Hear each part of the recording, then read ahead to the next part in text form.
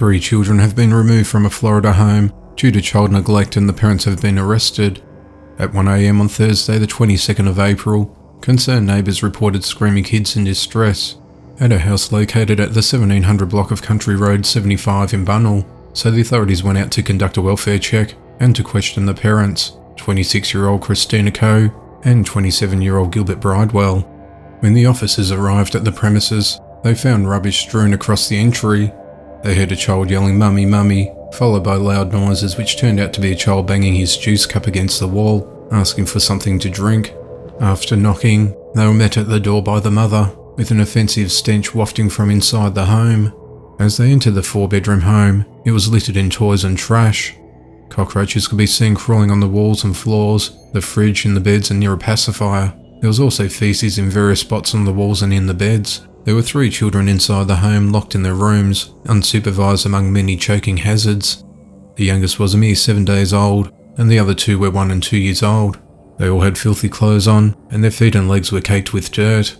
They were wearing soiled nappies that were sagging, even though Christina claimed they had taken a bath earlier that day at a neighbour's home. She explained that she would bathe the children in a plastic tub located in the master bedroom, but the officers said they found that tub was still wrapped in the original plastic, as if it had never been used.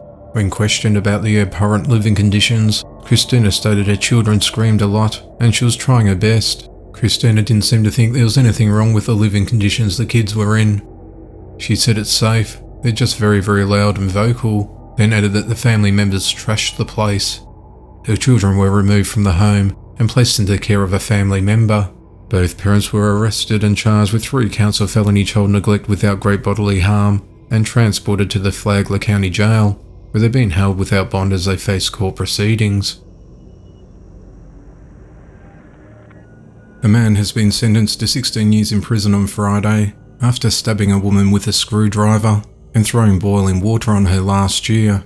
The incident occurred at 10:30 p.m. on the 10th of August 2020 at Lame Close in Longsight, Manchester in England. An argument broke out between 47-year-old woman, whose name remains anonymous, and her ex-boyfriend 43-year-old Michael Fitzgerald. During the dispute, Michael stabbed the woman in the leg with a screwdriver 3 times. He then grabbed a kettle with boiling water she'd used to make herself a cup of coffee with and threw it all over her. She fled to a neighbour's yard and managed to contact the emergency services. When police arrived, they spotted the woman rocking back and forth, moaning in agony on the grass. Michael was sitting next to her, not offering any assistance. He told the officers he was the woman's carer and sat next to her to ensure the police were not told the truth about her injuries. The officers immediately administered first aid, while another officer spoke with Michael, who denied any knowledge of how the injuries had been inflicted. Only after she was taken to hospital did she reveal what happened to her. Days earlier, while they were in a street, an argument erupted over drugs. Michael then punched her and she fell on the ground. He then proceeded to kick her, causing extensive bruising to her leg.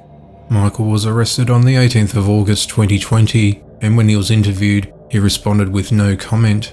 The woman lost approximately 10% of her skin and required skin grafts. She spent about 4 weeks in hospital. During a court hearing, she explained how when the boiling water hit her body, it was the worst pain she experienced in all her life. On Friday, the 23rd of April, Michael was sentenced to 16 years behind bars.